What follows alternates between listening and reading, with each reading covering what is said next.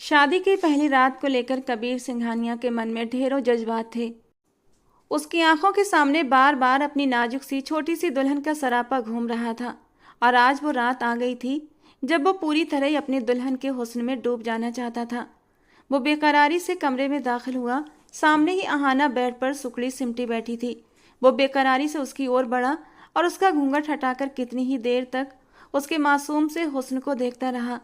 बड़ी बड़ी गहरी नीली आंखें, उन आंखों पर लरसती बड़ी बड़ी पलकों की झालर। आंखों से होती हुई उसकी नज़र उसके गुलाबी गालों पर गई थी और फिर उसके होठों पर उसकी एक नज़र रुक सी गई थी।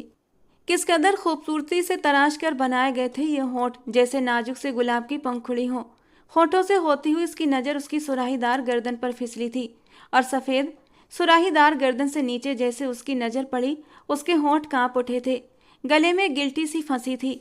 वो जज्बातों से बुरी तरह भरने लगा था। आंखों में मदहोशी के रंग छाने लगे थे। उसके गहरे गले से उसकी खूबसूरत नरम नाजुक सफ़ेद धड़कनें कबीर सिंघानिया को साफ महसूस हो रही थीं। उसका मन बेख्तियार उन धड़कनों को छूने के लिए मचलने लगा था और अगले ही पल उसने आहाना को कमर से पकड़कर अपने होंठ उसकी नरम धड़कनों पर रखे थे। लेकिन अचानक ही कबीर सिंघानिया को एक बिजली का तेज झटका लगा था। उसके पूरे शरीर में तेज करंट दौड़ गया। उसका पूरा शरीर जलने लगा था। उसने एक झटके से अपनी दुल्हन को छोड़ दिया और आंखें फाड़ फाड़ कर उसे देखने लगा। जो मासूमियत से आंखें खोले उसे ही देख रही थी।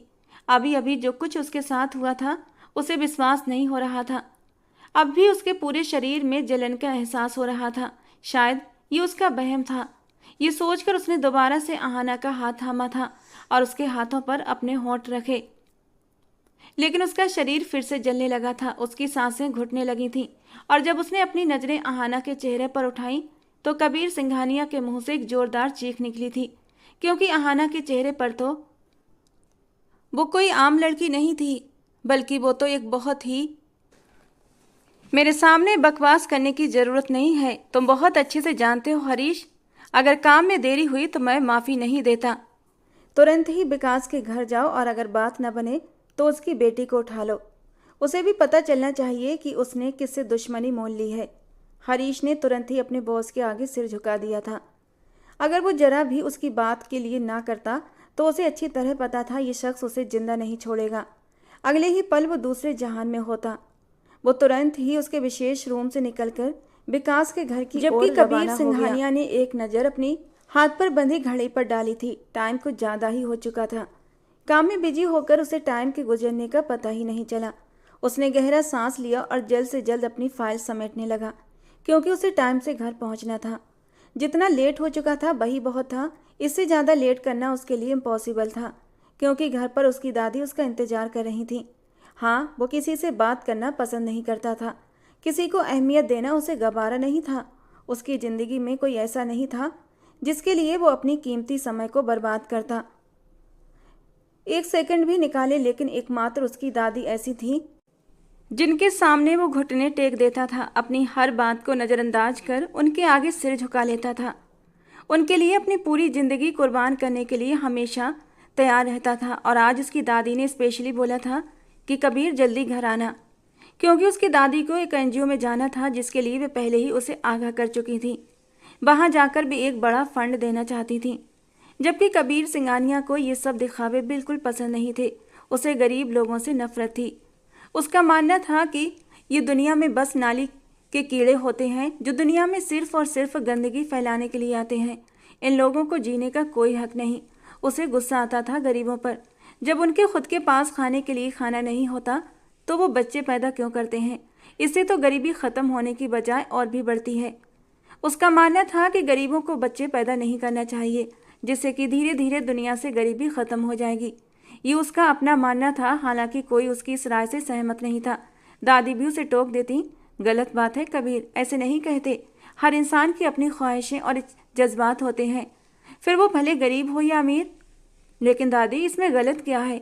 जब वो लोग खुद का पेट भर नहीं सकते, खुद की ज़िंदगी तकलीफ़ में गुजार रहे होते हैं, तो आखिर बच्चों को पैदा करके उन्हें भी गरीब करने की क्या ज़रूरत है? और दादी एक गहरा सांस लेकर खामोश हो जाती, क्योंकि कबीर से जीतना उनके लिए मुमकिन नहीं था। वो ऑफिस से बाहर निकला। सभी वर्कर्स अपने काम में लगे हुए थे। उसने एक निगाह उन सब पर डाली और चुपचाप लिफ्ट की ओर बढ़ गया। उसे बाहर आते देख सभी कर्मचारी एकदम सीधे होकर बैठ गए थे, क्योंकि उन्हें पता था अगर गलती से भी कोई गलती हो गई तो वो किसी भी हाल में माफ नहीं करेगा, बल्कि उसे सबक सिखा देगा। वो सीधा अपनी कार में जाकर बैठा और घर की ओर निकल पड़ा। उसका दिमाग घोड़े की रफ्तार की तरह काम कर रहा था। कई दिनों से एक विकास नाम का पुलिस अफसर उसके काम में रुकावट डाल रहा था, जिससे उसे भारी परेशानियां हो रही थी। उसकी तेज निगाहें सड़क पर दौड़ती गाड़ियों पर थीं। वो बहुत जल्द एक बड़ा सफल प्लान तैयार करने वाला था। वो कोई आम इंसान नहीं था। दुनिया के लिए वो एक नामी बिजनेसमैन था, लेकिन अंधेरे की दुनिया में वो एक माफिया का बॉस था, जिसके लिए ये सब काम करना बेहद आसान था। हरीश उसका सबसे भरोसेमंद साथी, उसका राइट हैंड, जो उसके हर गलत काम में पूरी तरह शामिल रहता था। अभी वो इन्हीं बातों को सोचते हुए गाड़ी चला रहा था कि अचानक उसकी आंखों के सामने एक लड़की आ गई। या तो वो लड़की बेध्यानी में सड़क पर चल रही थी, या फिर कबीर खुद ही गाड़ी को इनबैलेंस कर रहा था, क्योंकि उसका दिमाग कहीं और उलझा हुआ था।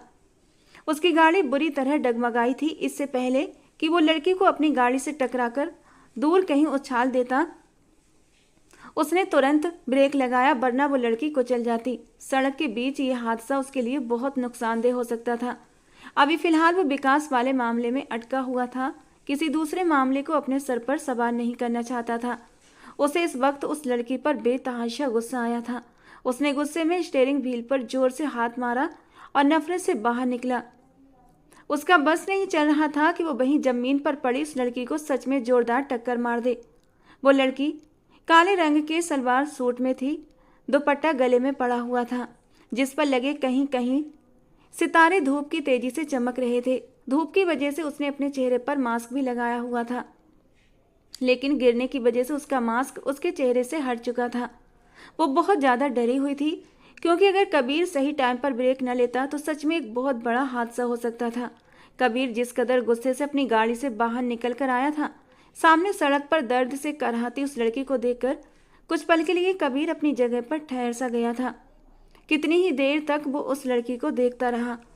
सड़क पर इस वक्त गाड़ियों का आवागमन ना के बराबर था, क्योंकि जून की चिलचिलाती दोपहरी में लोग कम ही घर से बाहर निकलते हैं, और फिर जिस जगह पर वो लोग थे वो शहर से हटकर रास्ता था, और यहाँ से गाड़ियाँ बहुत कम आती जाती थीं।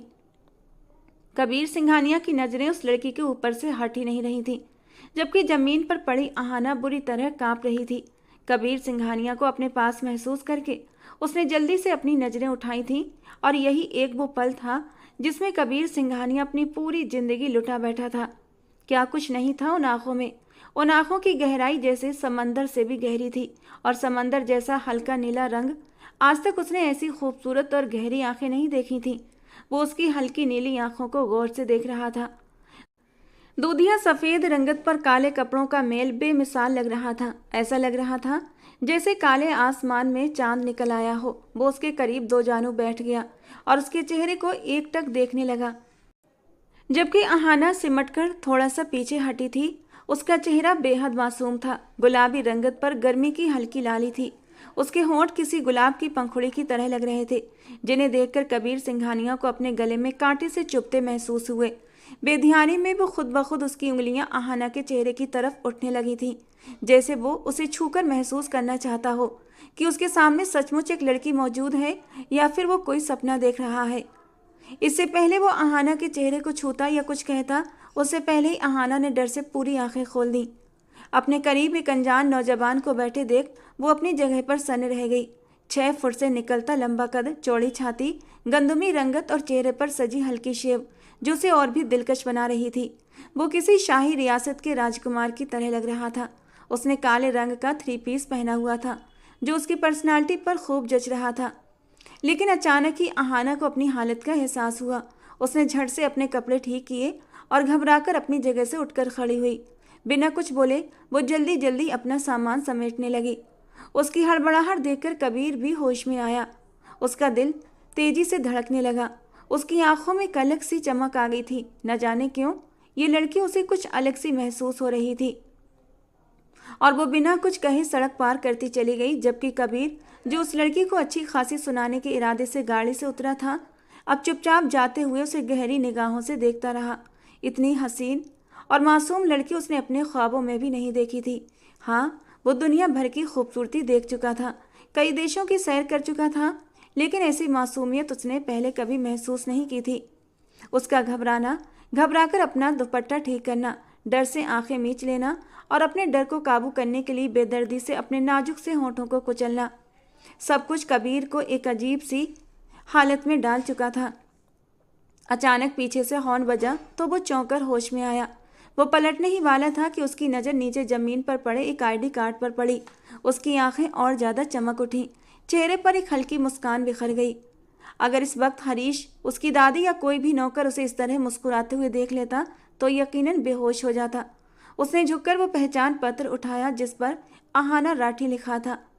उसके होठों पर एक गहरी मुस्कान फैल गई। वो खुशी खुशी अपनी कार की ओर बढ़ा। दिल में एक ऐसा सुकून था जैसे आज उसने सब कुछ पा लिया। उसकी मंजिल अब बहुत करीब थी। जिस चीज़ की उसे तलाश थी शायद वो उसे मिल गई थी। उसकी दादी हमेशा कहती थी, मैं तुम्हारी शादी अपनी ज़िंदगी में होते हुए देखना चाहती हूँ, तुम्हारे बच्चों को अपने गोद में खिलाना चाहती हूँ। और कबीर हमेशा इस बात को नकार देता था, मुझे शादी नहीं करनी दादी, अब मुझसे कुछ भी मांग लें, बस शादी का जिक्र न किया करें, क्योंकि आज तक मेरी ज़िंदगी में न जाने कितनी लड़कियां आई हैं, लेकिन वो सब की सब दौलत की भूखी थीं। दादी हमेशा उसके जवाब पर नाराज हो जाती। उन्हें पता था कि उनका ये पोता उनके हाथ में नहीं है। समय धीरे धीरे बीतता गया। घर पहुंचते ही कबीर ने हरीश को उसका आईडी कार्ड दिया और उसकी तस्वीर भेज दी। साथ में सिर्फ एक टेक्स्ट लिखा, मुझे रात तक इस लड़की की सारी जानकारी चाहिए। हरीश ने यह मैसेज पढ़ते ही डर से पसीना पोंछा। उसे अच्छी तरह पता था कि अगर जरा भी देर हुई तो कबीर उसे माफ़ नहीं करेगा। घर के पोर्च में सुमित्रा जी पहले से ही तैयार खड़ी थीं, अपने पोते का इंतजार कर रही थीं। कबीर ने कार रोकी, दादी के पास आकर सबसे पहले उनके पैर छुए और फिर उनके गले में बाहें डालकर लाड जताने लगा। दादी ने पोते को ढेर सारा आशीर्वाद दिया। कबीर ने मुस्कुराते हुए उनके लिए दरवाज़ा खोला, लेकिन सुमित्रा जी ने हैरानी से उसके चेहरे की हल्की मुस्कान को देखा और सवालिया लहजे में बोली, लगता है कुछ गड़बड़ है, इतना क्यों मुस्कुरा रहे हो? वैसे तो तुम्हें मुस्कुराने पर जैसे टैक्स लगता है। कबीर ने उनकी तरफ देखा और सिर्फ इतना कहा, बहुत जल्द आपकी बहू आपके पास आने वाली है, शायद मेरी ये मुस्कान उसी की वजह से है। सुमित्रा जी ने पहले सोचा कि वो मजाक कर रहा है, लेकिन उसके गंभीर लहजे ने उन्हें चौंका दिया। नहीं, ऐसा नहीं हो सकता, तो मजाक कर रहे हो ना? मुझे यकीन नहीं आ रहा। उनकी हैरत से भरी आवाज़ कबीर के कानों में पड़ी तो वो जोर से हंस पड़ा, जिंदगी से भरपूर हंसी। सुमित्रा जी ने तुरंत उसकी नज़र उतारी। उनका पोता वाकई बेहद खूबसूरत था। उनके 2 और पोते भी थे, लेकिन जो बात कबीर सिंघानिया में थी वो किसी और में नहीं थी। यकीन कर लें दादी, क्योंकि आपके पोते को उसके पसंद की लड़की मिल चुकी है और जल्दी ही वो आपकी बहू बनने वाली है। जबकि सुमित्रा जी ने सुख का सांस लिया था कि शायद कबीर की शादी का सपना अब जल्दी ही पूरा होगा। कबीर ने कार रिवर्स की और सीधा एनजीओ की ओर गया। कबीर ने कार रिवर्स की और सीधा एनजीओ की तरफ निकल पड़ा। उसका मूड आज बेमिसाल था। उसका बस नहीं चल रहा था कि वो क्या कर डाले। वो अपने जज्बात छुपाने में बेहद माहिर था, लेकिन आज वो अपनी खुशी छुपा नहीं पा रहा था। उसके चेहरे पर हल्की सी लालिमा भी थी, होठों पर मुस्कान। कुछ देर बाद वे लोग एनजीओ से वापस लौट आए थे। आज कबीर ने वहां जाकर कोई जल्दबाजी नहीं मचाई थी।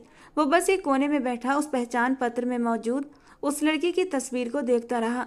देखते देखते उसने एक हल्की सरगोशी की, आहाना राठी, बहुत जल्द तुम मेरी आगोश में होगी और तुम पर अपनी मोहब्बतों की बारिश इस कदर करूँगा कि मैं तुम्हें सांस लेने की भी मोहलत नहीं दूंगा।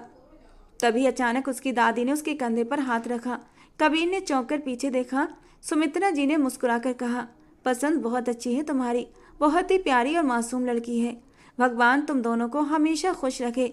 दादी का आशीर्वाद सुनकर कबीर के होठों पर फिर से गहरी मुस्कान आई। उन्हें दिल से खुशी हो रही थी कि कबीर सिंघानिया अपने लिए किसी को चुन चुका है।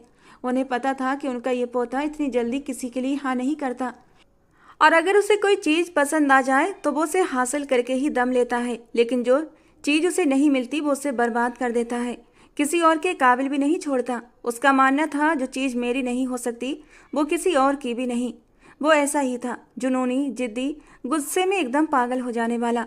उसकी हर आदत से उसकी दादी जानकार थी, इसीलिए उन्होंने दिल ही दिल भगवान से प्रार्थना की कि ये लड़की उसे आसानी से मिल जाए, वरना कबीर उसे भी बर्बाद करने में देर नहीं लगाएगा। धीरे धीरे वक्त गुजरता जा रहा था। उसका एक जरूरी मीटिंग में जाने का इरादा था, लेकिन जब से उसने आहाना को देखा था तब से ही वो खुद को खो बैठा था। किसी भी चीज में उसका दिल नहीं लग रहा था। वो लगातार आहाना के बारे में ही सोच रहा था। वो कैसी होगी, क्या कर रही होगी, किस खानदान से होगी, उसके आसपास कौन होगा, ये सब सोचकर वो बस मुस्कुरा रहा था।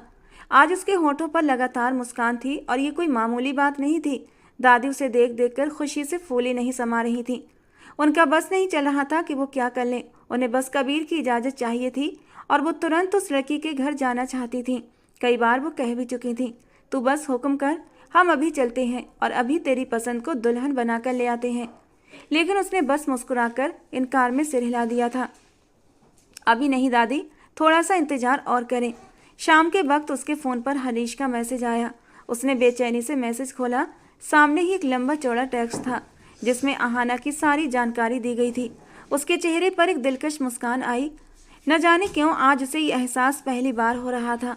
उसकी ज़िंदगी में कई लड़कियां आई थीं, उसके साथ लंबे समय तक अपनी मर्जी से रही भी थीं, लेकिन जो जज्बात वो आहाना के लिए महसूस कर रहा था वो पहले कभी किसी लड़की के लिए महसूस नहीं किए थे। आहाना राठी एक शालीन, सादगी पसंद और भगवान के बताए रास्ते पर चलने वाली लड़की थी। हर किसी से नरमी से बात करना उसकी आदत थी। उसने कभी किसी के साथ नाइंसाफ़ी नहीं की थी, बल्कि हर किसी से दयालुता से पेश आई थी। वो अपने माता पिता की चौथी बेटी थी। उससे बड़ी 3 बहनें थीं जो अपनी अपनी ज़िंदगियों में खुश थीं। चारों बहनों में आहाना ने एक अलग ही खूबसूरती पाई थी और इसी खूबसूरती के चलते उसके बहुत कम उम्र से ही रिश्ते आने लगे थे। वो सिर्फ 18 साल की थी कि उसके लिए एक रिश्ता आया था। रिश्ता अच्छा था, लड़का खुद का बिजनेस करता था और इसीलिए आहाना के माँ बाप ने ये रिश्ता स्वीकार कर लिया और झटपट आहाना की शादी वैभव से हो गई। वैभव आहाना से बहुत प्यार करता था, लेकिन आहाना की किस्मत को कुछ और ही मंजूर था। शादी के सिर्फ 4 महीने बाद ही उसके पति का एक सड़क हादसे में देहांत हो गया। ये उसके लिए बहुत बड़ा सदमा था। वो कुछ ही समय में विधवा हो चुकी थी और जो ससुराल उसकी ज़िंदगी में आई थी उसने उसे कुचल कर रख दिया। मनहूस कदम के ताने दिए गए। वैभव की मौत का जिम्मेदार आहाना को ठहराया गया, लेकिन भगवान की कृपा थी कि उसका बाप एक इज्जतदार आदमी था। उसने अपनी बेटी को बोझ नहीं समझा और उसे चुपचाप अपने घर ले आया। आजकल वो एक स्कूल में काम कर रही थी। बच्चों को पढ़ाकर उन्हें सही रास्ते पर लाने की कोशिश कर रही थी। कबीर सिंघानिया ने अपना मोबाइल एक तरफ रख दिया। उसकी आंखों में ठंडा एहसास था, यानी कि जिस लड़की को उसने अपने लिए चुना था वो पहले भी किसी और की हो चुकी थी। उसकी खूबसूरती को उससे पहले भी कोई महसूस कर चुका था और ये बात कबीर सिंघानिया को किसी भी तौर से स्वीकार नहीं हो पा रही थी। ऐसा नहीं हो सकता, वो सिर्फ और सिर्फ मेरे लिए बनी थी। कोई उस पर नज़र भी डाले ये मुझसे बर्दाश्त नहीं हो सकता। ये सोचते ही उसका गुस्सा 7वें आसमान पर पहुंच चुका था। उसकी सांसें जैसे घुटने लगी थीं और जब किसी पल उसे सुकून न मिला तो वो सीधा अंधेरे में खिड़की के पास जाकर खड़ा हो गया और बाहर का मंजर देखने लगा। जैसे ही उसने आंखें बंद की, उसकी आंखों के सामने आहाना का चेहरा आ गया। उसका सहमा हुआ चेहरा, डर से कांपते होंठ, भीगी पलकों से चमकती वो नीली आंखें, वो सब याद करके उसका दिल बुरी तरह बेचैन हुआ था। और फिर उसके होंठों पर फिर से एक मुस्कान आ गई। वो धीरे से फुसफुसाया, आहाना राठी, बहुत अच्छा हुआ कि तुम्हारा पति पहले ही मर गया, वरना ये काम मुझे अपने हाथों से करना पड़ता, क्योंकि तुम तो सिर्फ मेरे लिए बनी हो। फिर मेरे साथ ही रहोगी ना, किसी और के साथ रहने का सवाल ही पैदा नहीं होता। इतना कहते ही उसने आसमान की ओर देखा और जोर से हंस पड़ा। चांद भी उसकी हंसी से डरकर बादलों की ओट में छुप गया और किस्मत दूर खड़ी आहाना राठी की तकदीर पर अफसोस कर रही थी, क्योंकि हर चीज़ जानती थी कि कबीर सिंघानिया को जो पसंद आ जाए उसे छोड़ देना नामुमकिन था। 2 दिन बाद वो अपने ऑफिस में बैठा आहाना की तस्वीरें देख रहा था। वो कबीर सिंघानिया था जिसके पास हर ताकत थी। वो अपनी ताकत के बल पर हर चीज़ हासिल कर सकता था। उसके होठों पर मुस्कान थी, न जाने क्यों जब से उसने आहाना को देखा था तब से उसकी मुस्कान उसके चेहरे से गायब ही नहीं हो रही थी। कुछ पल बाद उसने अपनी फाइल बंद की और खाली जगह को घूरते हुए धीरे से कहा, अब मैं और देर नहीं कर सकता, मैं आ रहा हूँ आहाना, तुम्हें हमेशा हमेशा के लिए अपना बनाने। ये बोलते ही वो अपनी जगह से खड़ा हुआ और कदम दर कदम चलता हुआ ऑफिस से बाहर निकला। उसकी पर्सनालिटी हर किसी को प्रभावित करने वाली थी। वो काबिल तारीफ था। वो सीधे आहाना के घर की ओर बढ़ा। उसका रास्ता शहर के अंदरूनी इलाके की तरफ था। आहाना के घर का पता उसी मैसेज में था जिसमें उसकी सारी जानकारियां थीं। कुछ ही देर के बाद वो एक कच्ची सड़क पर आ पहुंचा था। उसके चेहरे पर नापसंदीदगी के रंग साफ साफ थे। उसे ऐसी जगहें बिल्कुल पसंद नहीं थीं, इसीलिए वो बेचैनी का शिकार हो गया। लेकिन उसे पता था यहाँ आना उसकी मजबूरी थी। यहाँ रहने वाली लड़की उसके दिल की धड़कनें तेज कर चुकी थी और ये कोई छोटी मोटी बात नहीं थी। कच्चे रास्तों से गुजरते हुए वो एक जर्जर से घर के सामने अपनी गाड़ी रोक चुका था। ये इलाका उसे बिल्कुल भी पसंद नहीं आया था। छोटे छोटे घर, आपस में जुड़ी छतें, गली में खेलते बच्चे और दरवाजों पर खड़ी मोहल्ले की औरतें, ये सब देखकर उसने नाक चढ़ाई और गाड़ी से बाहर निकला। पूरा मोहल्ला उसकी महंगी गाड़ी और उसके आकर्षित पर्सनालिटी को देखकर हैरान था। उसने अहाना के दरवाजे की बेल बजाई। पहले ही बेल पर दरवाज़ा खोल दिया गया। सामने राठी साहब खड़े थे, जो शायद कहीं जाने के लिए तैयार थे। दरवाजे पर खड़े एक अनजान आदमी को देखकर उनकी आंखों में हैरानी उभर आई और फिर जैसे ही उनकी नज़र पीछे खड़े 4 बॉडीगार्ड्स पर पड़ी तो एक अनजाना सा डर उनके भीतर तक समा गया था। राठी साहब बेहद सभ्य और संस्कारी इज्जतदार इंसान थे। उनका मोहल्ले वालों से भी कोई ज़्यादा खास मेलजोल नहीं था। उनका वक्त सिर्फ अपने घर और दफ्तर के बीच ही गुजरता था। ऐसे में अपने दरवाजे पर इतने रईस आदमी को देखकर उनका घबराना बनता था। वो सामने खड़े आदमी को गौर से देखने लगे कि कबीर ने अपना हाथ उनकी तरफ बढ़ाया और गंभीर लहजे में कहा, मेरा नाम कबीर सिंघानिया है। हो सकता है आपने मेरा नाम सुना हो। मैं केएस इंडस्ट्रीज़ का मालिक हूँ। कुछ पलों के लिए राठी साहब एकदम अबाक रह गए। उन्हें यकीन नहीं हो रहा था कि केएस इंडस्ट्रीज़ का मालिक उनके दरवाजे पर खड़ा है। वो चौंकते हुए बोले, सर आप यहाँ, सब खैरियत? कबीर ने हल्के से सिर हिलाया और सीधे उनकी आंखों में देखते हुए कहा, मुझे आपसे आपकी सबसे छोटी बेटी के बारे में बात करनी है। क्या कुछ वक्त मिल सकता है? राठी साहब का माथा तन गया। वो समझ नहीं पा रहे थे कि इस नौजवान को क्या जवाब दें। उसे घर में आने की इजाज़त दें या फिर साफ मना कर दें। वो चुपचाप दरवाजे पर ही खड़े रहे, लेकिन कबीर इंतजार करने वालों में से नहीं था। वो बेशर्मी से घर के अंदर दाखिल हो गया। राठी साहब की आंखों में नापसंद के रंग उभर आए। उन्हें ये बिल्कुल गवारा नहीं था कि कोई गैर मर्द उनके घर में यूँ दाखिल हो। कबीर ने पूरे घर में अपनी नज़र घुमाई और बोला, लगता है आपकी छोटी बेटी घर पर नहीं है। जबकि राठी साहब का तो बस नहीं चल रहा था कि वो अभी इसी वक्त इस आदमी को धक्के देकर घर से निकाल दे। उनकी मोहल्ले में, समाज में एक इज्जत थी। उनकी चारों बेटियों ने हमेशा उनका सर ऊंचा रखा था। आज तक कभी किसी गैर मर्द की इतनी हिम्मत नहीं हुई थी कि उनके घर में आकर यूं मुंह फाड़ कर उनकी बेटी का नाम ले सके। लेकिन वो उसकी ताकत और ऊंची पहुंच से जानकार थे। वो जानते थे कि केएस इंडस्ट्रीज़ का मालिक कितना ताकतवर इंसान है। वो उस इंडस्ट्री में काम भी कर चुके थे और अगर उन्हें जरा भी ऊंची आवाज़ में बात की तो कबीर उनकी नौकरी तक छीन सकता था। इसीलिए उन्होंने खुद को शांत रखा और गंभीर लहजे में कहा, देखिए सर, आप इस तरह मेरे घर में बिना इजाज़त दाखिल नहीं हो सकते। ये शरीफ औरतों का घर है और मैं इसकी इजाज़त बिल्कुल भी नहीं दूंगा। अगर आपको कुछ कहना है तो हम घर के बाहर बात कर सकते हैं। कबीर ने हल्की हंसी के साथ सिर हिलाया और आगे बढ़ते हुए कहा, नहीं ससुर जी, बात बाहर करने में मज़ा नहीं आएगा। भला दामाद से आप बाहर बात करेंगे? ये कहकर वो अचानक उनकी तरफ घूम गया, जबकि कबीर के मुंह से ससुर दामाद जैसे नाम सुनकर राठी साहब का खून खौल उठा। उनका बस चलता तो उसी वक्त इस आदमी को घर से निकाल देते, लेकिन वो कबीर से बैर लेना नहीं चाहते थे, इसीलिए सब्र का घूंट पीकर रह गए, लेकिन बोले कुछ नहीं। कबीर पूरे घर में घूम रहा था और जोर जोर से आहाना का नाम पुकार रहा था। आहाना, कहाँ हो? अब आ भी जाओ सामने। अब और ज़्यादा सब्र नहीं होता। अपने पापा को आकर समझाओ, ये हमारे रिश्ते के बीच में अड़चन बन रहे हैं। राठी साहब कुछ कहने के लिए आगे बढ़े, लेकिन कबीर ने हाथ के इशारे से उन्हें रोक दिया। वो जो अभी अभी सोकर उठी थी, बाहर जाने का इरादा ही रखती थी कि बाहर से अपने नाम की पुकार सुनी। वो इस वक्त सफ़ेद कपड़ों में थी। सफ़ेदी दुपट्टा गले में पड़ा था। उसकी आंखों में वीरानी थी। वो काफ़ी दुखी लग रही थी। वो अपनी जगह से खड़ी हुई और झट से बाहर आई। अपने घर में एक अजनबी मर्द को यूं घूमता देखकर वो स्तब्ध रह गई। उसकी नज़रें कबीर की पीठ पर पड़ी, जो अपनी जेब में हाथ डाले उसे पुकार रहा था। और जैसे ही कबीर ने किसी अनजाने एहसास के तहत पीछे मुड़कर देखा, वो वहीं ठहर गया। दिल इतनी जोर से धड़का कि उसने बेख्याली में अपना हाथ सीने पर रख लिया। सामने खड़ी लड़की किसी मासूम परी से कम नहीं लग रही थी। पिछली पूरी रात वो सुकून से सो नहीं पाई थी। ये सोच सोचकर उसकी नींदें उड़ गई थीं कि एक अजनबी मर्द किस तरह आंखों में अजीब से रंग लिए उसे देख रहा था, और आज वही शख्स उसके घर में खड़ा था।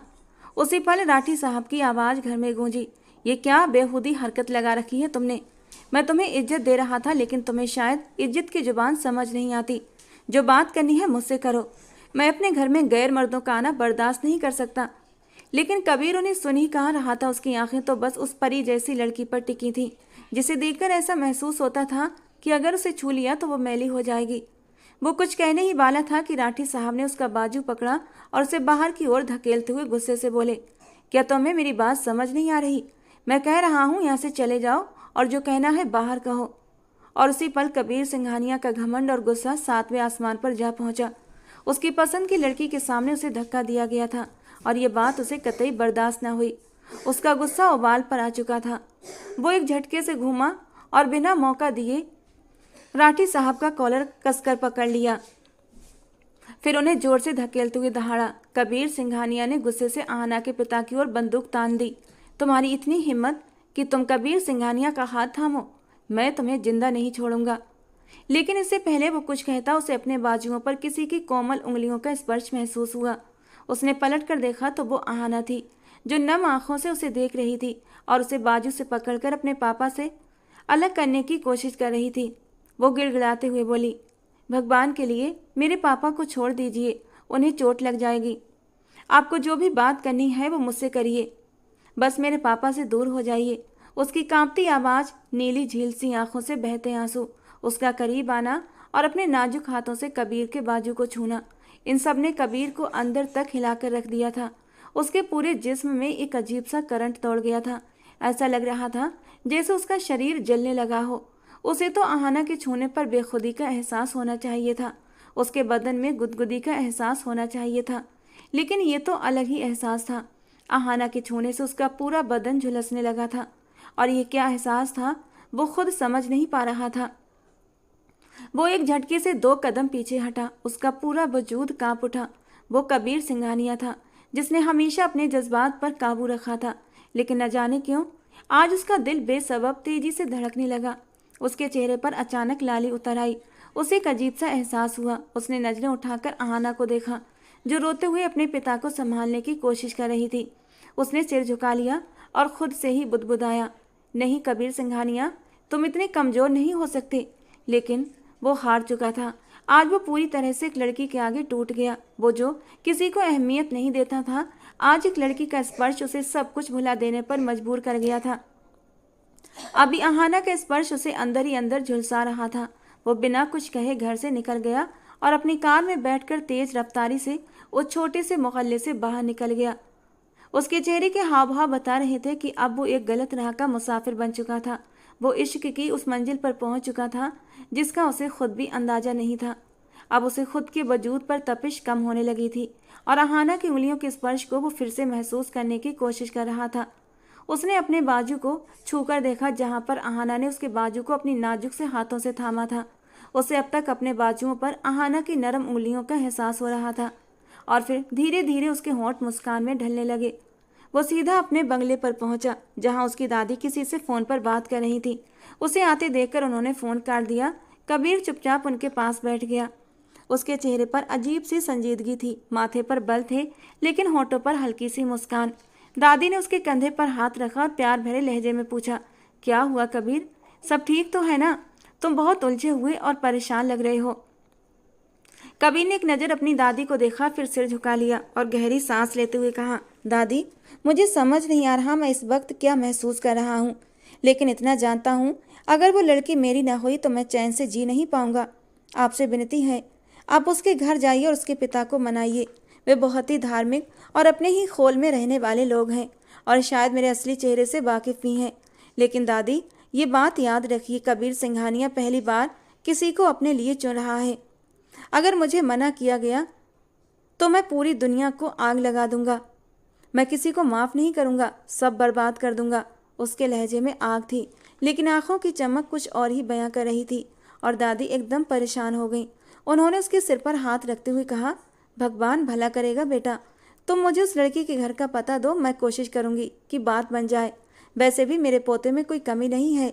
मुझे यकीन है वे लोग तुम्हें मना नहीं करेंगे, बल्कि स्वीकार ही करेंगे। कबीर ने पास खड़े हरीश की ओर देखा, जो सम्मान से हाथ बांधे खड़ा था।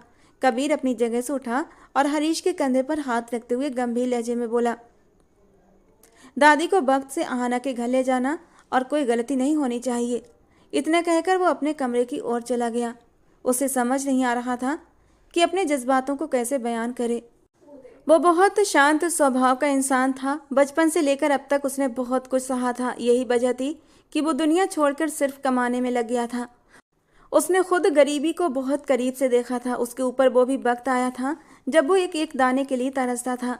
पेट में लगी भूख की आग को शांत करने के लिए सिर्फ पानी पीकर गुजारा करता था। और जब उसे किसी भी तरह सुकून नहीं मिलता था तो फिर वो मिट्टी खाने पर मजबूर हो गया था। और यहीं से उसने गलत राह चुन ली थी। पेट की आग को शांत करने के लिए उसने गलत काम करना शुरू कर दिए और फिर पीछे मुड़कर नहीं देखा। पैसा कमाने की होड़ में वो सब कुछ भूलता चला गया। उसे याद था तो बस ये कि किसी तरह इस गरीबी से पीछा छुड़ाकर एक बहुत बड़ा अमीर आदमी बनना है। यही वजह थी उसे गरीबों से सख्त नफरत थी। उसे लगता था कि अगर उसके माँ बाप उसे पैदा न करते तो बस गरीबी से न जूझ रहा होता। वो अच्छा बुरा सब भूल चुका था। उसकी नज़र में सिर्फ पैसा ही सब कुछ था। वो ये भी भूल गया था कि जायज़ और नाजायज़ कमाई की अहमियत क्या होती है। उसे अब भी याद था जब वो बहुत छोटा था और अपने ही रिश्तेदारों के पास सिर्फ एक वक्त की रोटी के सहारे के लिए चला जाता था, लेकिन उसके रिश्तेदारों ने भी मुंह फेर लिया था। उसे पैसों की वजह से धुतकार दिया था। उसी दिन उसने खुद से वादा किया था कि वो सब कुछ हार सकता है लेकिन पैसा जरूर कमाएगा। वो सरकारी स्कूल में पढ़ाई करता था और जितनी मुमकिन होती मजदूरी भी करता था। जब वो 12वीं कक्षा में था तब उसे किसी से बेइंतहा मोहब्बत हो गई थी, मगर उस लड़की ने उसे ठुकराते हुए कहा था, तुम्हारी पर्सनालिटी तो अच्छी है लेकिन खूबसूरती से पेट नहीं भरता।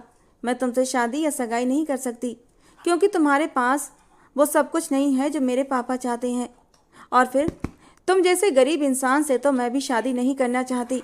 और उस दिन कबीर सिंघानिया अंदर से टूट गया था। वो सच में एक साधारण इंसान था, एक लोअर मिडिल क्लास परिवार से संबंध रखने वाला आम सा लड़का। लेकिन उसी पल उसने खुद से कसम खाई थी कि वो कुछ भी करके नाम कमाएगा। और फिर कई सालों की मेहनत के बाद उसने वाकई अपनी पहचान बना ली थी। अब उसका नाम सुनते ही लोग उसके काम को पहचान जाते थे। लेकिन सबके बीच वो ये समझने की काबिलियत खो चुका था कि सही और गलत क्या होता है।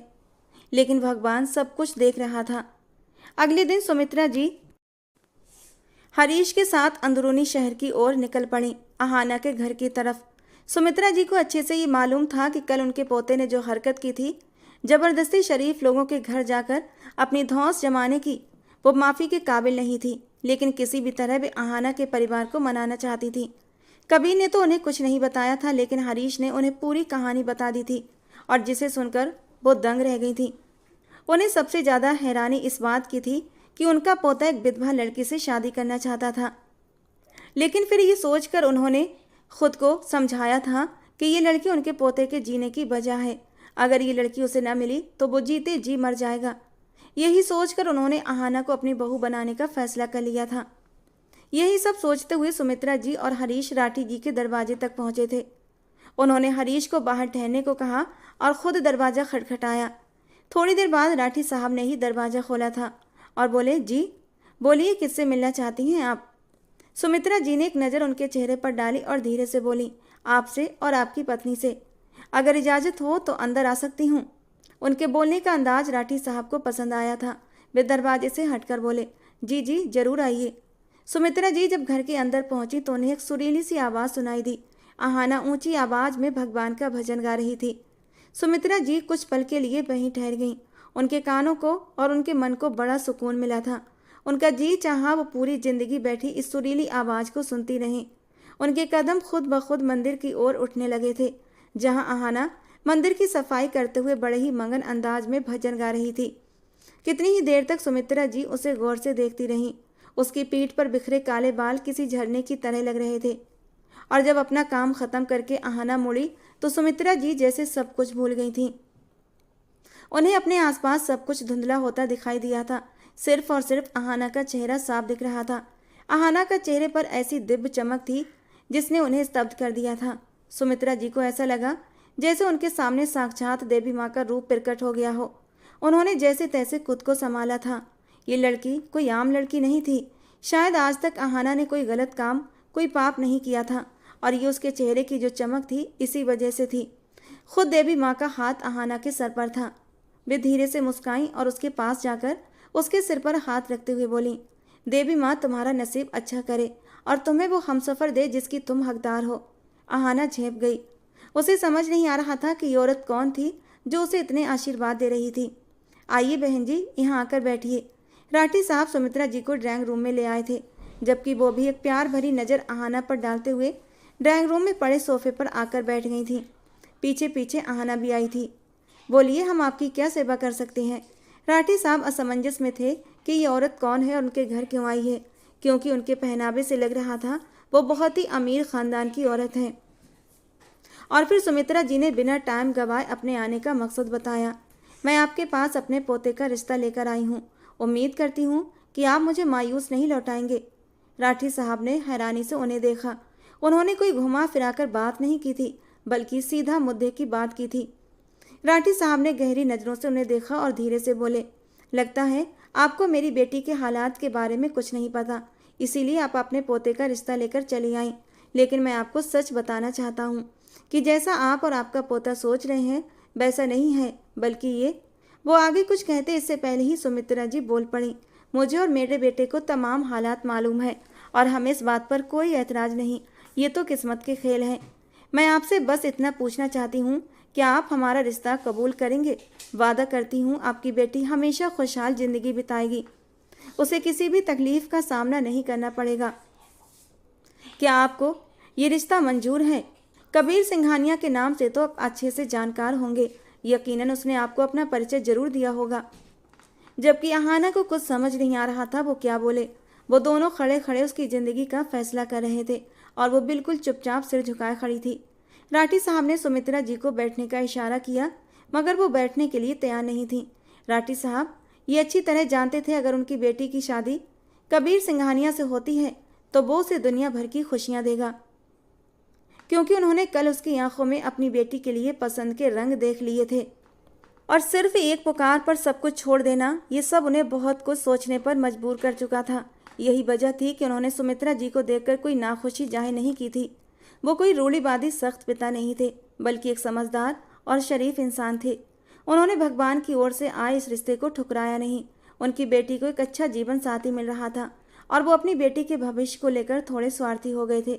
उन्हें कहीं ना कहीं कबीर पर शक था कि वो गलत धंधों में भी शामिल हो सकता है, लेकिन उन्होंने इस बात को नज़रअंदाज कर दिया था और सुमित्रा जी के आने को अधिक अहमियत दी। अगर उनकी बेटी का घर बस जाए, वो भी सम्मानित तरीके से, तो इससे बढ़कर उनके लिए खुशी की बात क्या हो सकती थी। उन्होंने तुरंत अपनी बेटी का रिश्ता कबीर सिंघानिया से तय कर दिया। आहाना की माँ जो कुछ देर पहले आकर बैठ चुकी थी, पति के फैसले पर वो भी खुश थी। सुमित्रा जी खुशी से मुस्कुरा उठी और झट से बधाइयों की आवाज़ें गूंजने लगीं, मिठाइयाँ बांटी जाने लगीं। मगर आहाना ने हैरानी से अपने पिता की ओर देखा। उसने कभी सोचा भी नहीं था कि उसकी शादी कैसे इंसान से होगी जो बंदूक लिए उसके पिता पर हाथ उठाने आया था। लेकिन ना उसने नफरत जाहिर की और ना ही कोई पसंद के रंग दिखाए, क्योंकि उसे अपने पापा पर पूरा भरोसा था। अगर वो उसकी ज़िंदगी के लिए इतना बड़ा फैसला ले रहे थे तो उन्होंने कुछ तो ऐसा महसूस किया होगा जो वो आहाना का हाथ उस इंसान के हाथ में दे रहे थे। सुमित्रा जी खुशी खुशी घर लौट गई थी और तुरंत कबीर को फ़ोन करके सारा हाल बता दिया। और रिश्ता पक्का होने की बात सुनकर तो वो खुशी से झूम उठा था। उसे यकीन नहीं हो रहा था कि सब कुछ इतनी आसानी से हो गया। वो तो उस घर पर ज़बरदस्ती करने गया था, लेकिन उसे अंदाज़ा नहीं था कि उसे इतनी आसानी से उसकी मंजिल मिल जाएगी। और फिर वो घमंड से मुस्कुराया। मैं कबीर सिंघानिया हूँ, जो चीज़ चाहता हूँ उसे हासिल कर लेता हूँ। इस बात से बेखबर कि कुछ मामले जोर ज़बरदस्ती और ताकत के बल पर नहीं सुलझाए जाते, बल्कि प्यार और इज्जत से सुलझाए जाते हैं। करीब 2 महीने बाद कबीर और आहाना की शादी तय हुई। इस दौरान कई बार कबीर ने आहाना से फ़ोन पर बात करने की इच्छा जताई, मगर वो एक मासूम और बहुत ही धार्मिक लड़की थी। उसके लिए ये सब कुछ करना गवारा नहीं था। उसने साफ मना कर दिया कि वो ऐसा कोई भी काम नहीं करेगी जिसे करने के लिए उसका मन गवारा न करे। कबीर नाराज हुआ था, मगर अपनी होने वाली बीवी की बात को अहमियत देते हुए उसने दोबारा से उसे परेशान न किया। खैर, बड़े ही तड़पते हुए कबीर ये दिन गुजारने लगा था। उसके दिन और रातें सिर्फ आहाना के ख्यालों में गुजरती थीं। उसका मासूम सा चेहरा, उसका नाजुक सा वजूद, उसके कांपते हुए गुलाबी होंठ, नीली आंखों की लरजती पलकों की झालर उसे इस कदर बेचैन कर देती कि उसे रातों को नींद नहीं आती थी। वो जल्द से जल्द आहाना को अपने करीब करना चाहता था, उसे अपनी बाहों में लेकर अपने तड़पते दिल को सुकून देना चाहता था, लेकिन इस बात से बेखबर था कि वो जिस बात के लिए इस कदर बेसब्री से इंतजार कर रहा है वो शायद उसे मिलने वाला नहीं था। शायद अहाना की संगत के लिए वो पूरी जिंदगी तड़पता रहेगा और उसे अहाना की संगत नहीं मिलेगी। आज बारात का दिन था। कबीर अपने कमरे में शीशे के सामने खड़ा होकर शेरवानी पहन रहा था। आज वो अपनी मोहब्बत को हासिल करने जा रहा था, मगर न जाने क्यों उसका दिल चाहता था कि कहीं से उसकी माँ आ जाए, मगर वो भगवान को प्यारी हो चुकी थी और उनकी वापसी मुमकिन नहीं थी। उसे अपना बाप भी याद आया, मगर उसने ये सोचकर खुद को समझा लिया कि आखिर उन्होंने मुझे दिया ही क्या है, सिर्फ जिल्लत और रुस्वा होने के लिए ये ज़िंदगी। मगर वो ये बात नहीं जानता था अगर उसका बाप न होता तो वो भी दुनिया में ना आता। उसने सिर को नाम में झटका और कमरे से बाहर आ गया। दादी ने उसे प्यार भरी नज़रों से देखा। उनका पोता लाखों में एक था। उसके चाचा के दोनों बेटे, चाचा और चाची भी उसके घर आए हुए थे, लेकिन उसने किसी को भी अहमियत नहीं दी। वो सीधा दादी के पास आया, उन्हें सीने से लगाकर सुकून हासिल किया। उसके पास से उसे अपने बाप की खुशबू महसूस होती थी और माँ का स्पर्श महसूस होता। कुछ रस्में उसकी दादी ने पूरी की और वो बुरी तरह झुंझला रहा था। उसका बस नहीं चल रहा था कि सब कुछ छोड़कर अकेला ही अपनी शादी के लिए चला जाए, लेकिन दुनिया को दिखावे भी करना था। थोड़ी देर बाद ही वे लोग अहाना के घर की ओर रवाना हो गए और कुछ ही पलों की दूरी के बाद वे उस जर्जर से घर के सामने पहुंचे। और फिर थोड़ी ही देर बाद पंडित जी शादी की रस्में पूरी करने लगे। कबीर का दिल तेजी से धड़क रहा था, जबकि लाल जोड़ा पहने अहाना भी परेशान थी। थोड़ी देर बाद ही उसकी विदाई हो गई और वो अपने घर से विदा होकर कबीर सिंघानिया के घर आ गई। उसका शानदार तरीके से स्वागत किया गया, ढोल नगाड़े बजाए गए, आतिशबाजी की गई। कबीर सिंघानिया, जो हमेशा संजीदगी का नकाब ओढ़े रहता था, उसने भी ढोल की थाप पर भंगड़ा डाला और उसे इस तरह डांस करते देखकर सब लोगों ने दांतों तले उंगलियां दबाईं, क्योंकि उसके जितने भी जानकार थे सब जानते थे कि वो कितना मगरूर, जालिम और पत्थर दिल इंसान है। दादी की तो खुशियों का ठिकाना न था। उन्हें यकीन नहीं आ रहा था कि उनका पोता बदल रहा है। कुछ रस्मों के बाद अहाना को कबीर के कमरे में पहुंचा दिया गया। अहाना अपने पति के नाम की सजी हुई सेज पर बैठी थी, लेकिन उसकी हथेलियां पसीने से भीग रही थीं। वो कबीर का इंतजार कर रही थी, लेकिन फिर भी अंदर से घबरा रही थी। वो अपनी पहली शादी का अनुभव याद नहीं करना चाहती थी। उसे कबीर के साथ एक नई जिंदगी शुरू करनी थी और इसीलिए उसने अपने मन में ठान लिया था कि अपनी पुरानी जिंदगी को हर हाल में भुलाना होगा। थोड़ी देर बाद ही कबीर कमरे में दाखिल हुआ। सामने ही अहाना घूंघट ओढ़े बैठी थी। कैसी हो अहाना? वो मुस्कुराते हुए लहजे में बोला। अहाना ने घूंघट के पीछे से उसकी ओर देखा और धीमे लहजे में बोली, जी मैं ठीक हूँ। उसका जवाब सुनकर कबीर मुस्कुराया और उससे कुछ दूरी पर बैठ गया। पता नहीं क्यों कबीर का दिल बुरी तरह बेचैन हो रहा था। वो जितनी शिद्दत से इस रात का इंतजार कर रहा था, उतनी ही तेजी से उसका दिल धड़क रहा था। शायद वो अपने जज्बातों को संभालने में नाकाम हो रहा था। एसी की ठंडक के बावजूद कबीर सिंघानिया के माथे पर पसीने की बूंदें उभरने लगी थीं। वो झिझकते हुए बोला, क्या मैं तुम्हारा घूंघट उठा सकता हूँ? उसने सवालिया नजरों से अहाना की ओर देखा। न जाने क्यों कबीर सिंघानिया पहली बार घबरा रहा था और अपनी ही मिल्कियत को देखने की इजाज़त मांग रहा था। अहाना ने हल्के से सिर हिलाया। कबीर की उथल पुथल कम हुई थी। उसने धीरे से हाथ बढ़ाया और घूंघट हटा दिया।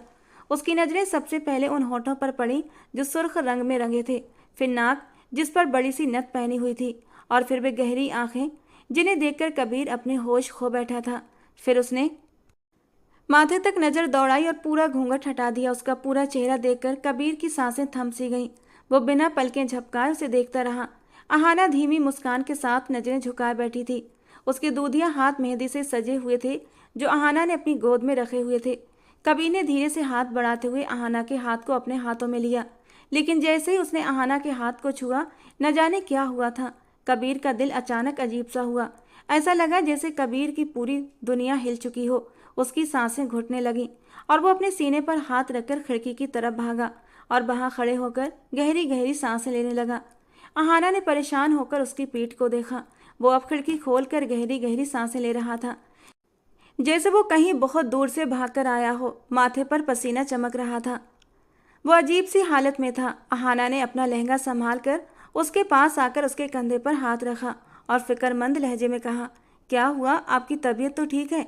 उसके हाथ का स्पर्श जैसे ही कबीर के कंधे पर महसूस हुआ तो कबीर को ऐसा लगा जैसे उसका पूरा जिस्म जलने लगा हो।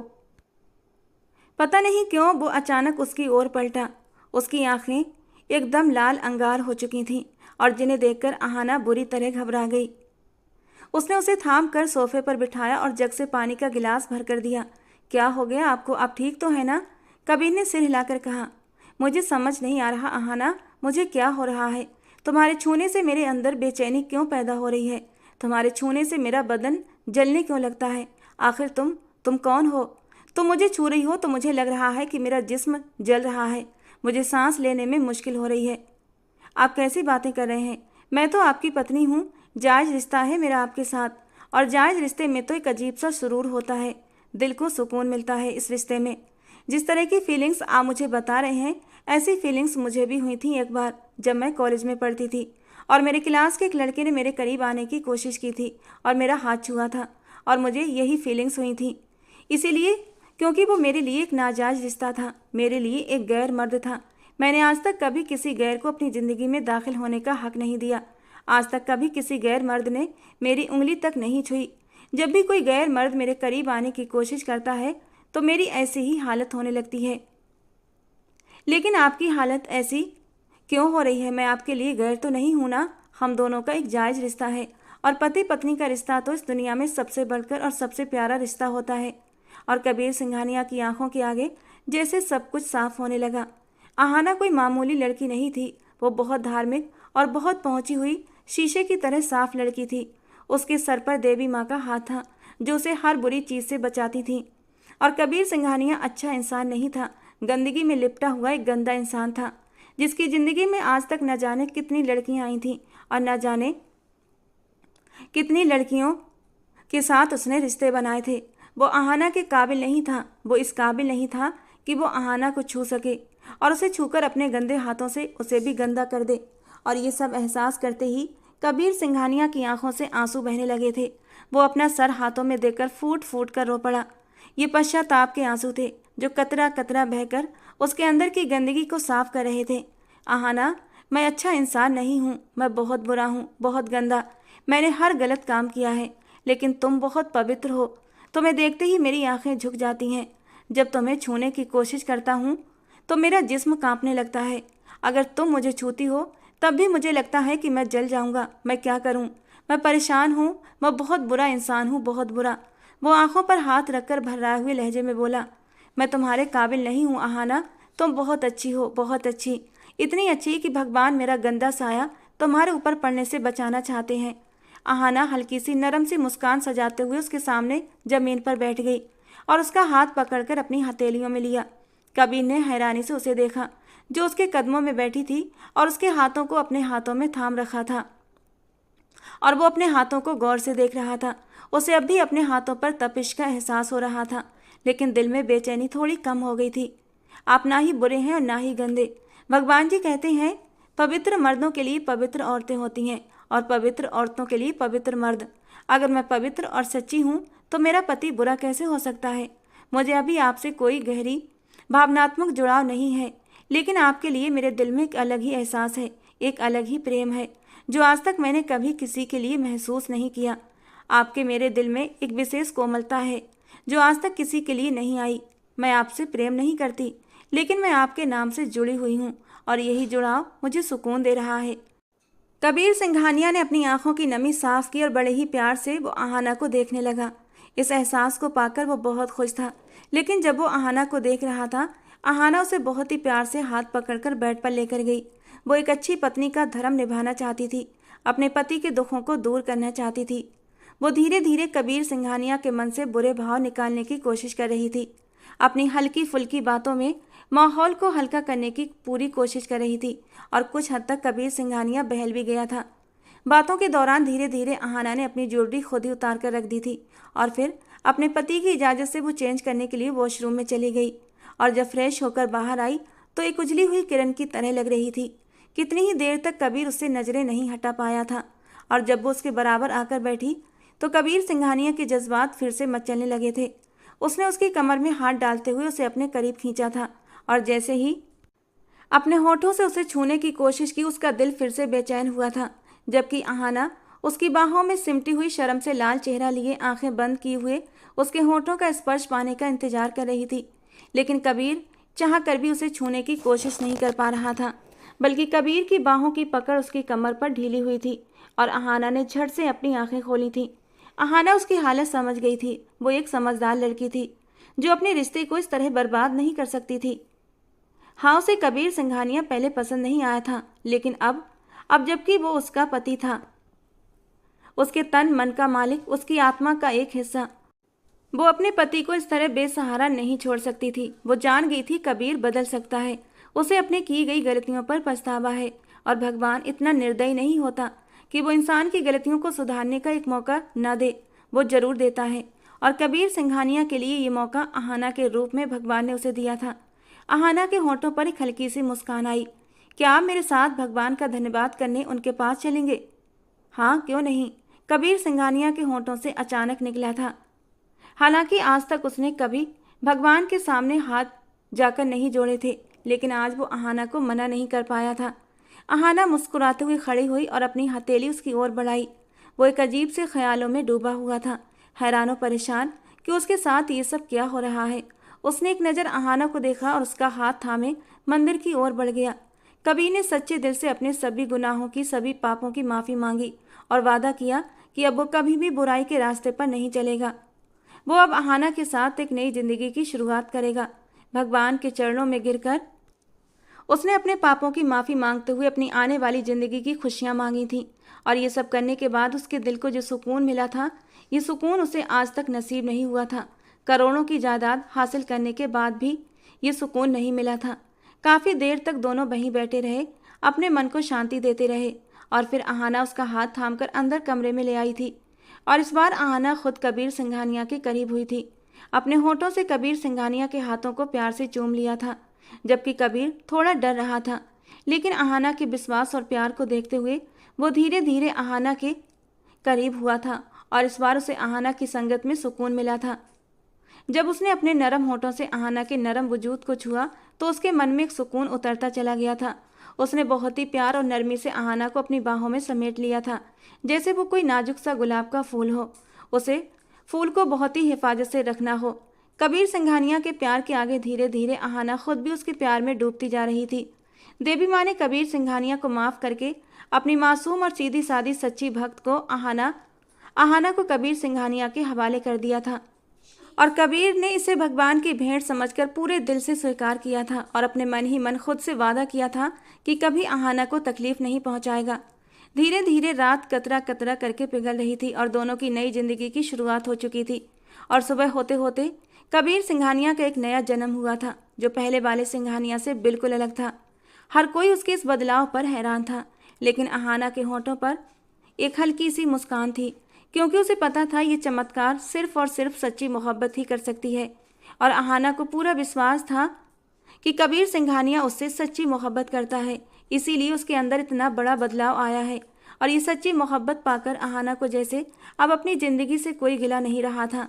समय धीरे धीरे बीतता गया और कुछ महीनों के बाद देवी माँ ने उन्हें एक बहुत बड़ी खुशखबरी दी थी। ये खबर पाते ही कबीर खुशी से झूम उठा। उसने अपने सारे गलत काम छोड़ दिए, अपनी मेहनत की कमाई से ज़रूरतमंदों की मदद करने लगा। इस बात में कोई शक नहीं कि एक अच्छा हमसफ़र इंसान की पूरी ज़िंदगी बदल सकता है। दोस्तों, आज की हमारी कहानी आपको कैसी लगी कमेंट बॉक्स में ज़रूर बताना। पसंद आई हो तो प्लीज़ लाइक करना। रोज़ एक नई कहानी सुनने के लिए हमारे चैनल को सब्सक्राइब करना। मिलते हैं दोस्तों अगली किसी नई कहानी के साथ।